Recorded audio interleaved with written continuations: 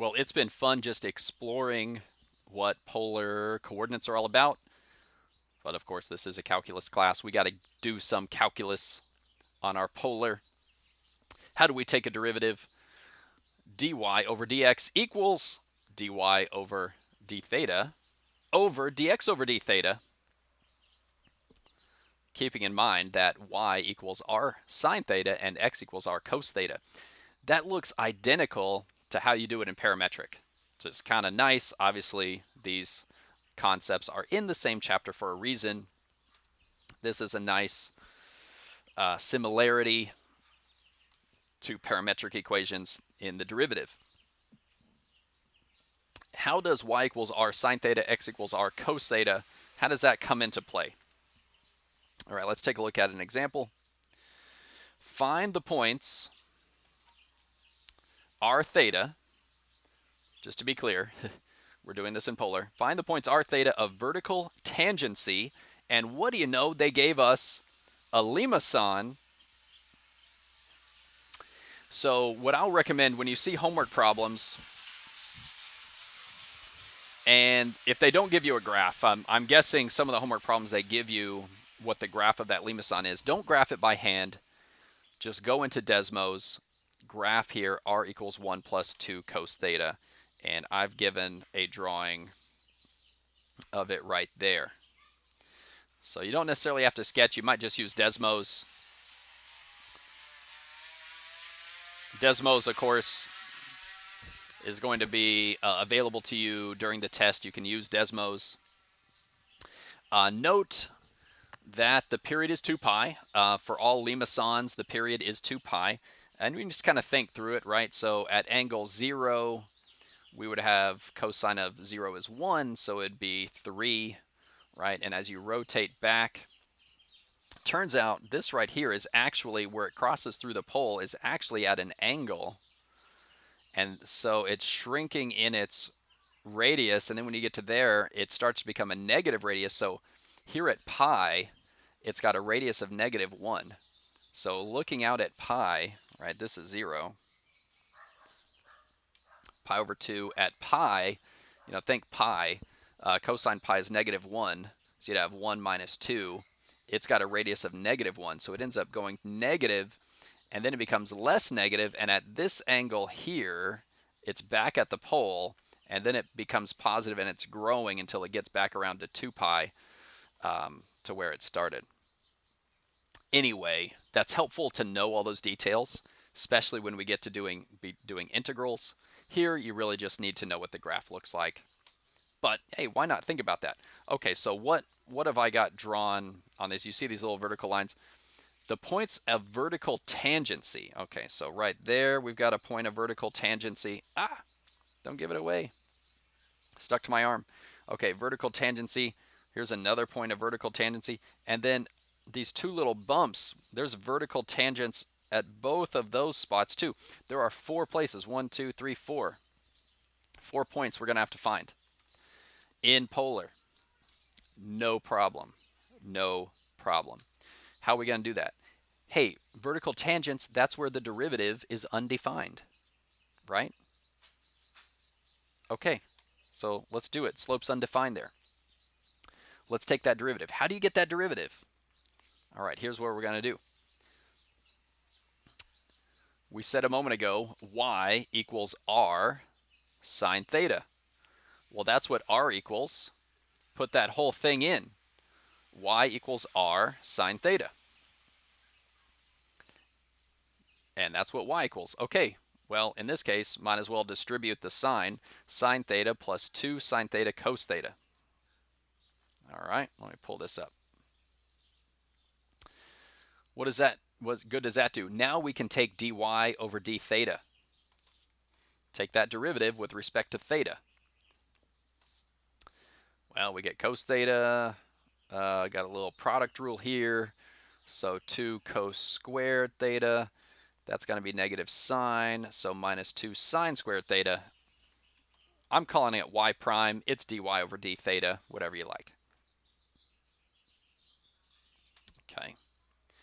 Hey, how about x? What does x equal? Well, r cos theta, right?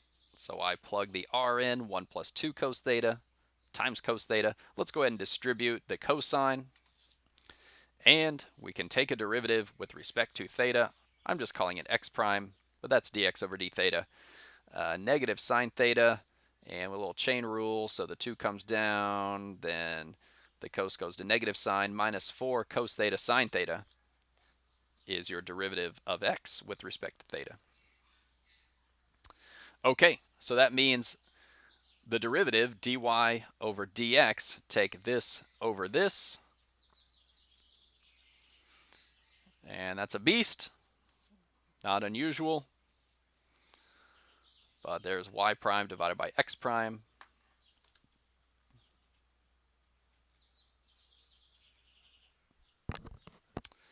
Okay, what do we do with that? Hey, vertical tangents, it's where it's undefined, right? We're just going to set the denominator equal to 0.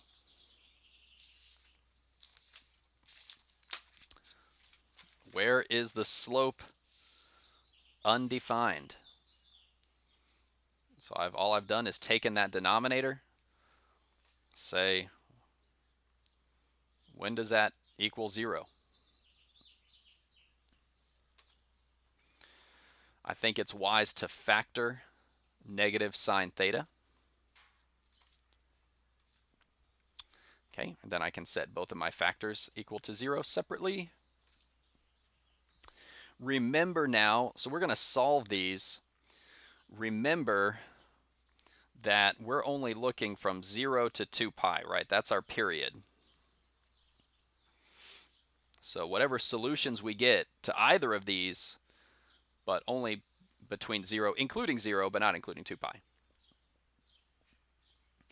Okay, so when does sine theta equal 0? Well, for 0 in pi, okay. Here we should isolate cos theta, negative 1 over 4. When is that true? Well, that's the arc cos of negative 1/4, and this is not pretty. So let me explain these two values here. The first one is simply what my calculator generated, and I was feeling like some accuracy, so I just went ahead and put every decimal value that my calculator spit out.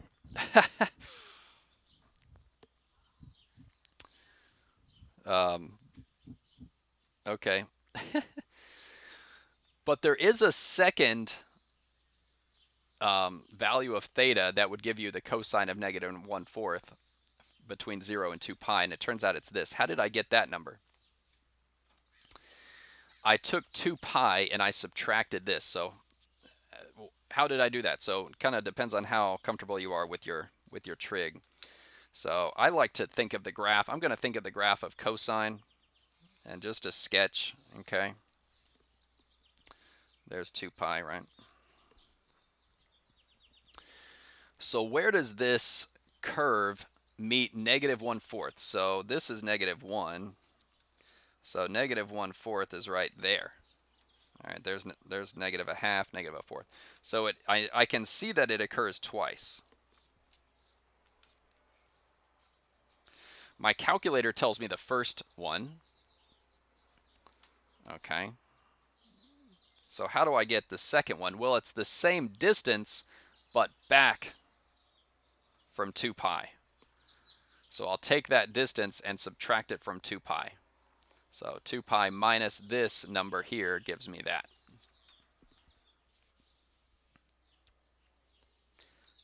Just doing trig, but hey, we forget these things. Certainly. Okay, so there's 4 locations. We know there's 4 points. 0, pi, and then these two angles as well that are not nicely defined in terms of pi anyway.